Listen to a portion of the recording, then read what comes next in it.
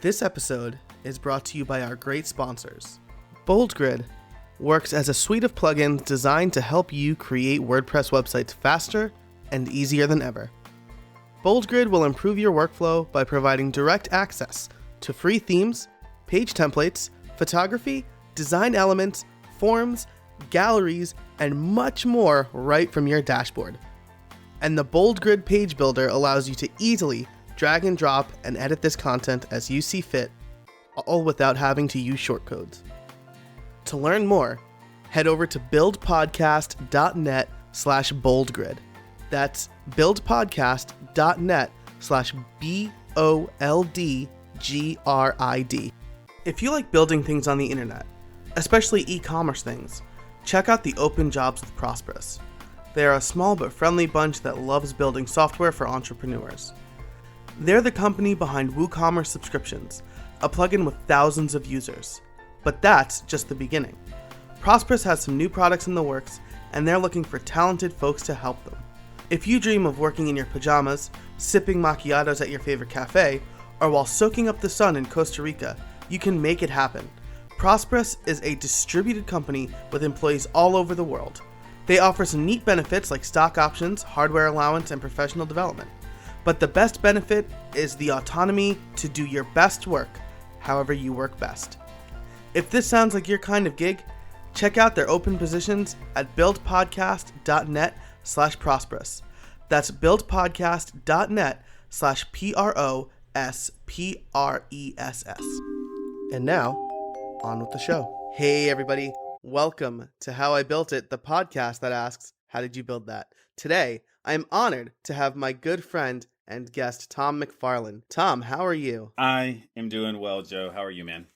I am fantastic. It's a warmer than weather January, warmer Yes. weather than usual January as we record this. So I'm very happy about that. So today we are going to talk about one of your plugins, right? Page Template Dashboard. Yeah, it's terribly named, but I'm excited to talk. I'm excited to be on the show, and I'm excited to talk about it. But it's definitely this is a terribly named plugin that we'll talk a little bit more later in the show. That ended up turning out to be something people wanted more than I realized. Nice. Well, name aside, I'm excited to talk about it too. We just recently met in real life for the first time, but we met through Envato, I think, right? Like we were both writing tutorials for them at some point. I think that is right. I know, and I don't know. I've written tutorials for them on and off since 2011, and now I do help edit code and game development posts. So, Nice. And I still write when I have the chance, but last year I did a lot of writing. This year I'm going to rein it back in a little bit. But yeah, I think that's where our paths crossed the first time. There or Twitter or both at the same time. Yeah, exactly. Yeah. So why don't you tell the listeners a little bit about who you are and then kind of how you came up with the idea for Page Template Dashboard. Okay, sure. So as Joe mentioned, my name is Tom McFarlin. I am on Twitter at Tom McFarlin, and you can find my blog at tommcfarlin.com or tommcfarlin.blog. It all redirects to the same place, but it's there. I blog pretty much every single day about some aspect of professional WordPress development. Now, what does that entail? Because that can cast a pretty wide net. The short answer is that I try to take a computer science-based approach or a software engineering-based approach into tackling problems in WordPress. Now, when I say problems in WordPress, I don't mean like, oh, WordPress has a problem or a bug, and we're going to apply all of this enterprise level methodology, and here's how we're going to fix. I don't mean that at all. I tend to treat WordPress actually as a black box, and I build solutions for other people for a living and for fun. Or for fun as profit, as all the cool kids say. And then I treat WordPress as a black box, and then I build solutions for others on top of it. And then sometimes I will write about my thoughts, my perspectives, or how I tackled a problem, why I tackled it a certain way, or how I handle things in a certain way. My background is in computer science. Before even working with WordPress, I was working professionally with .NET, building web applications for a large internet company here in Atlanta. And then when I went self-employed, I was doing some web development or web application development, really using Ruby on Rails and a little bit of WordPress. And then over the course of really a year, maybe a year and a half, WordPress demand began to outpace work for Rails. So I shut down Rails, or the work that I was doing on Rails, and focused solely on WordPress, rebranded the company as Pressware, and that is what I do now in order to make a living. So I like to write about it. I like to write words, I like to write code, and I like to do podcasts. Nice, very nice. And you have like several different blogs that you write on, right? Yes. And to be clear, I didn't set out and say, I'm going to write on 2 or 3 blogs. When I started blogging, I didn't start daily. I think it was like, oh no, it was once a week. Then it was 3 times a week. Then it was 5 times a week. And it's just been that way ever since. And then people began to ask me about, what apps do you like for this? And how do you manage your time? And this, that, or the other about self-employment. And how do you organize this kind of stuff? And I thought, I'm writing a lot of emails about this same stuff. Maybe I'll just turn some of this stuff into a blog. So I spun up another blog. I write on it about once or twice a week, and it covers these kind of topics. And it's at heyimtom.com, because I am so creative when it comes to naming things, as we've already established. And that's where I write about that kind of stuff.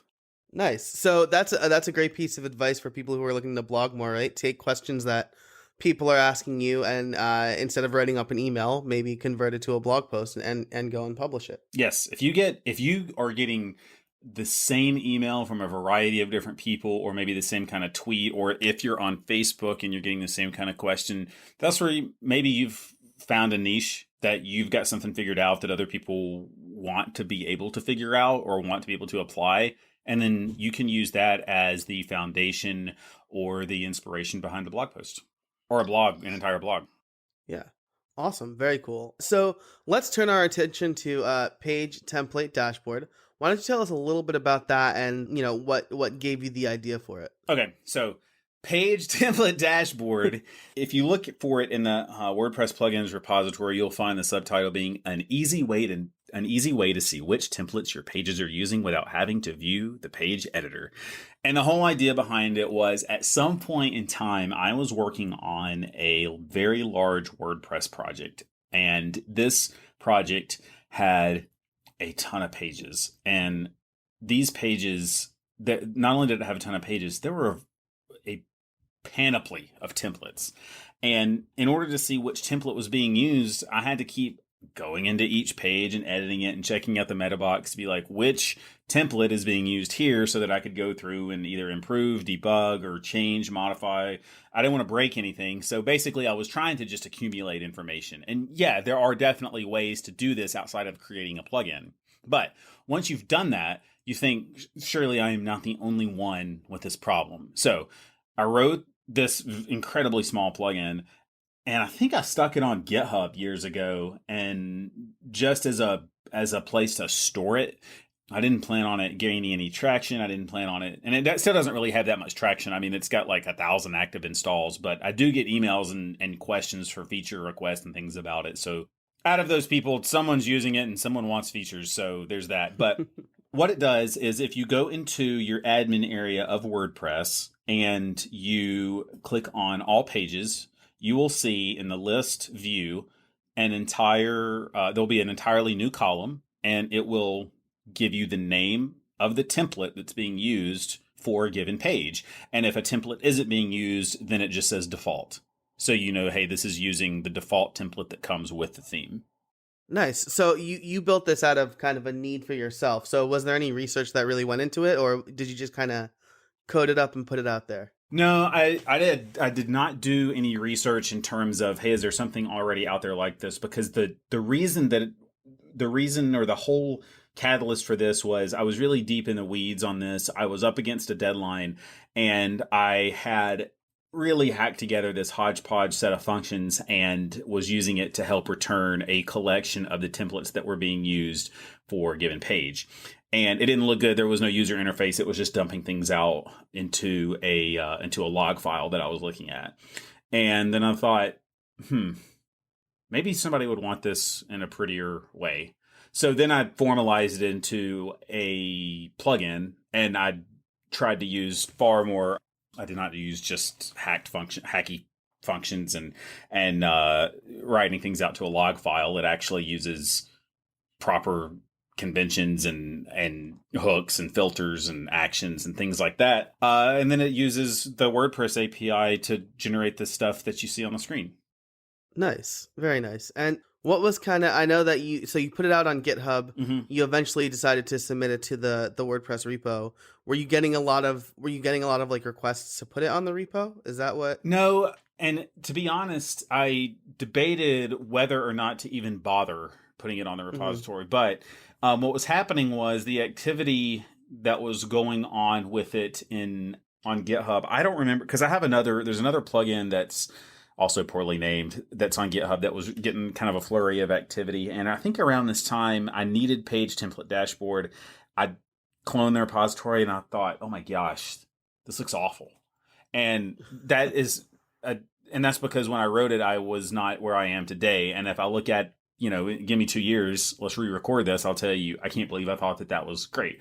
But the point is that I've got a much wider arsenal of tools. I'm much stricter about coding standards and things like that now. So I introduced localization, better coding standards. I did semi-object-oriented programming. Now, I am a fan of that. I will not go down that rabbit hole because that is not the podcast for this. There are still ways in which it could be refactored, but once I noticed there was some activity on it on GitHub, I thought, let me just put this in the repository and see how it does. And so I put it in and I updated it about a month ago. And at the time of this recording, like you said, it's about mid-January. So at the time of the recording, there's about 1,000 active installs. It's got 6 5-star ratings out of 6. So if you're listening to this and you use it, please go rate it, because 6 out of 1,000 is like, I mean, come on. But anyway, Yeah. but seriously, it's one of those things that I am in the process of building a small suite of tools called blogging plugins that I'm going to talk about later this year on my blog or on a podcast or wherever someone asks me about it. And that's not a hint, but that is just to say that this was kind of let me see. If you're a blogger, let's see if this is something that you would use, because I do have a few other plugins that I have had someone else adopt, because I'm trying to clear my plate of all the stuff I'm working on and make room for these blogging plugins. And it looks like even something like Page Template Dashboard has a small amount of demand for, hey, like, I want to get this is something I could use in my set of tools. So that's why it's in the repository. It was basically to gauge demand.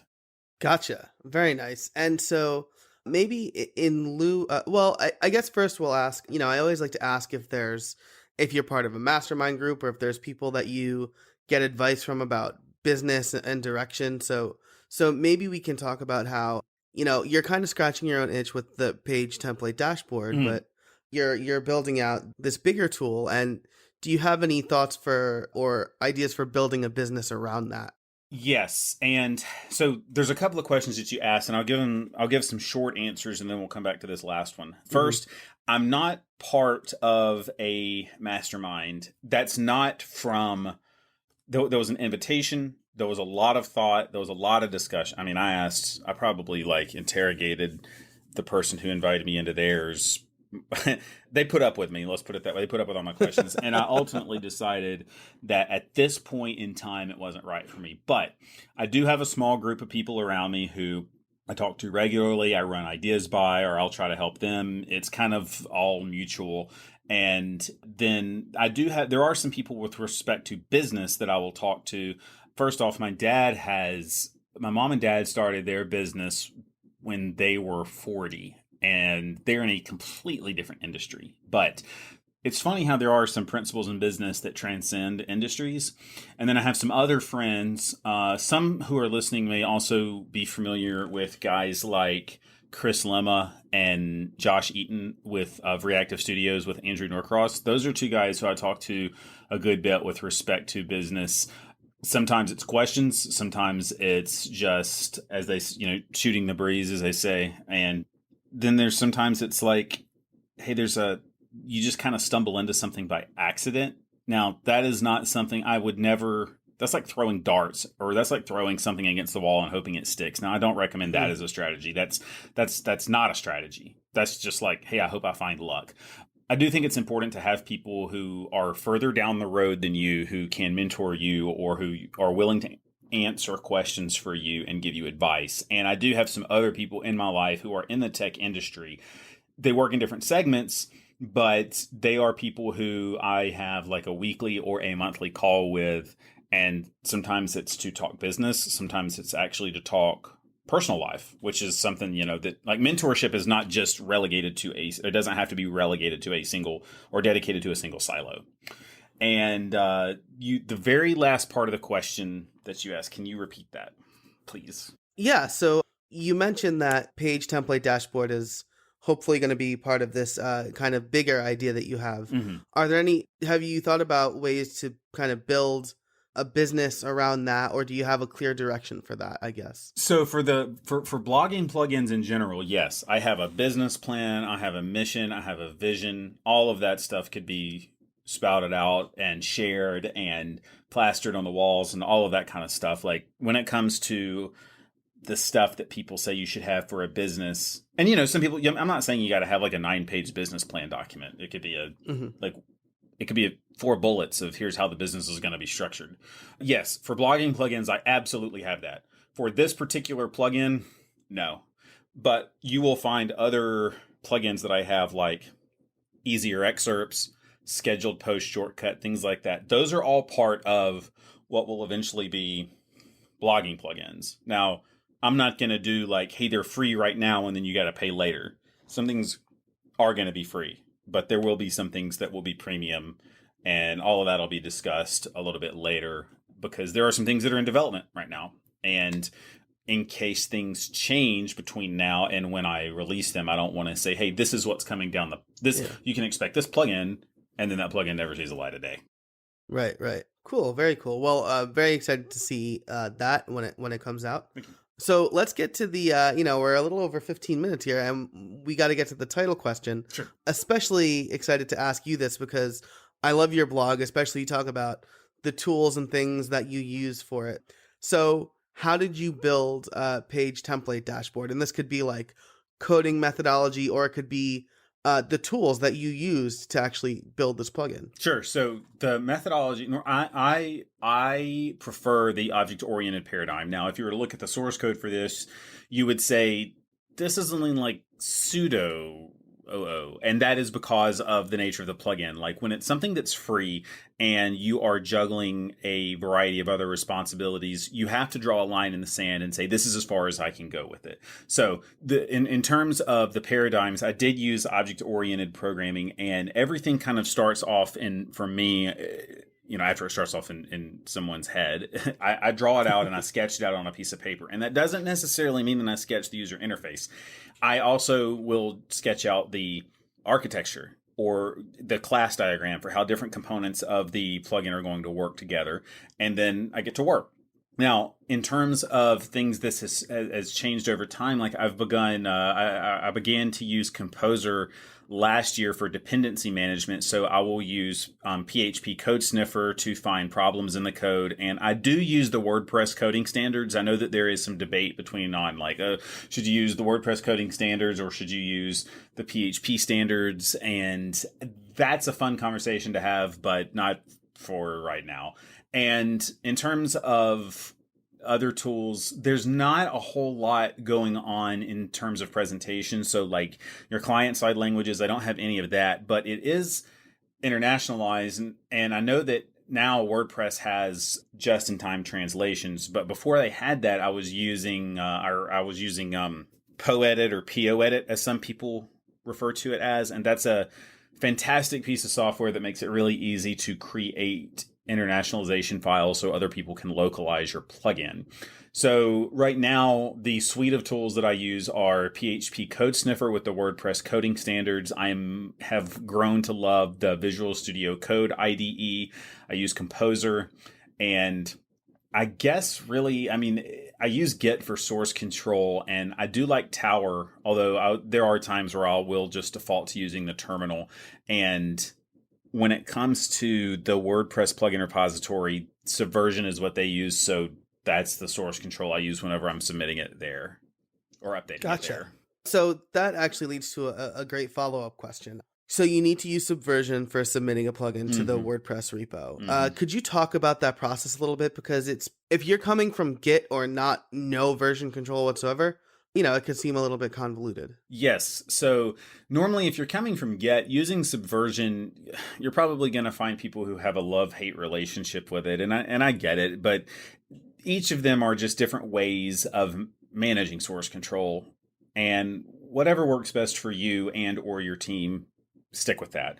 But if you've never submitted anything to the WordPress plugin repository, the idea of source control or version control can sound really intimidating. And when you have to learn these commands, like when you go to the page, if I remember correctly, it shows you these several commands that you have to enter in a terminal, and all of a sudden you're like, I just learned to write enough PHP to make something happen in WordPress. Now I got to hop in a terminal and submit these things. And there's these Retina ready assets, and there's these a lower res version of the assets, and then there's a trunk folder, and I don't know if that's like an elephant trunk or the trunk of a car, and there's tags and branches, and what does this have to do with trees? And it just gets really convoluted really, really quick. And I think that is sad, because I think it can scare some people off. And unfortunately, programmers are notorious for, we say naming things is really hard, and it is. And then when we go and we name things, we don't make it any easier on trying to bring people into what it is that we're doing.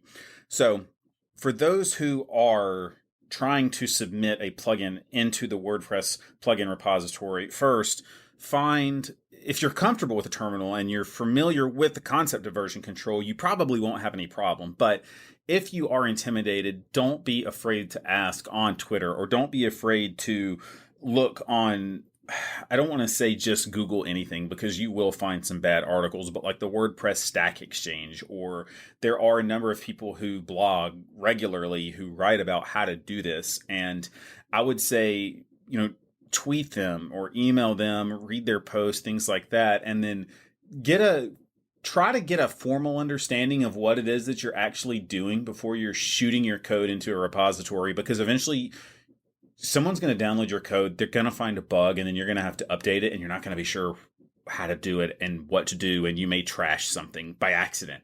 And that's completely normal. It happens to all of us, but the first time it happens, it sucks. It just doesn't feel good. You get this feeling in the pit of your stomach and whatever. And so the process for it, in my opinion, is since the repository uses Subversion, I think that the guide for how to do it could be a little more fleshed out in terms of submitting your first plugin using Tortoise SVN if you're on Windows, or using versions of Cornerstone if you're on Mac, or using the command line if that's what you prefer, and then walking you through a hypothetical example, and then giving you maybe a sandbox to play with. But we don't have that. So the next best thing is to talk to people. And there are plenty of people who are willing to help. I know that there's people who they'll introduce snark, or they'll ignore you or whatever. And that's unfortunate. That's how it is, though. So, but when you find that person or those people, don't be afraid to ask. No, it never hurts to ask. And most of the time people are willing to help. Yeah, absolutely. 100%. It's the worst thing that could happen when you ask somebody is they say no, and then you move on to the next person. But the community is very willing to help each other. So definitely don't be afraid to ask somebody. Right. Agreed. So we've got a few minutes left. I know we've talked about the transformations a little bit. Do you have any plans for the future with this plugin? At the moment, like literally I have the source code up in front of me. I would like to improve the architecture of the plugin a little bit. My hands are tied somewhat by the base limitations of PHP, or the minimum required version of PHP. But I would like to make some improvements to the code, and also to both in terms of the architecture, and some things I would like to introduce. In terms of features, I don't necessarily have a whole lot I'd like to add. Showing the name of the template is great, but also showing the path to the template I think would be helpful, and possibly even linking to that to the template in a file system could help developers. But I really do want to strike a balance between is this a plugin for developers, or is it a plugin for bloggers, or is it a plugin for just anyone who uses WordPress for any need? But I definitely know that I want to stay away from introducing like an options page. I love, love the activate and go. I don't like if there's no knobs to turn and buttons to press and settings pages. Like my favorite kind of plugins are those that just work after you activate them. And so that's a little bit of a longer answer. So, there are features that I am considering. There's architecture decisions that I'd like to make and I'd like to revisit. But I do know that one thing I don't want to do is start introducing settings pages. That's a definitive answer I can give. Gotcha. Again, I agree completely. I know that some plugins require a settings page for whatever reason, but the more plugins where I could just hit activate and then just be done with it are just my favorite kinds. So yeah, cool. All right. Well, let's wrap up here then with the last question, my favorite question to ask. Do you have any trade secrets for us? Oh man, I am sitting on a stockpile, and it has taken me years and years to accumulate. Because when you're working in the open source economy where everything you do is out in the open for everyone to see, it is the easiest thing in the world to keep secrets. Honestly, I wish I had something clever to say. As far as trade secrets are concerned, the best advice I can give, regardless of if this is really for people who are probably just starting with plugins or getting ready to market their first, not market even, but release their first plugin, there are two pieces of advice. One, find someone to help get the word out about it. Case in point, at this point, there has been a commenting plugin out for some time called Postmatic. You can find it at gopostmatic.com. It's a commenting plugin that makes it really easy to respond to blog comments via email. That is, someone leaves a comment on your WordPress blog, you get it in your inbox, you can reply, you never have to hop into your dashboard. That's awesome. They have a lean version that was just launched called Replyable, and it's the leaner version of that plugin. And it was covered by WP Tavern. It will probably be covered by Post Status and some other podcasts or other blogs to promote it. Find some people that will help get the word out about it. The second thing is plugins are more than code. Like, stop thinking like a developer and start thinking like a user, and think when you go looking for a plugin and it comes down to two plugins that do the same thing, and one has a really nice icon and a really nice header image, and the README seems to be really well formatted. It's written in everyday language. It sounds like, something that your friend or family member might say or explain, versus this jargon and these bright colors created in some type of bitmap. Which one are you going to go with? So work with if you gotta pull up the money, pay a designer to help you come up with a brand, and or have someone do some copy editing or just reading through what you've written, and then release it. Because having a really nice icon and a really nice header image and a really well written copy, that goes a long way in the entire end-to-end experience, from, hey, which plugin do I want, to clicking activate.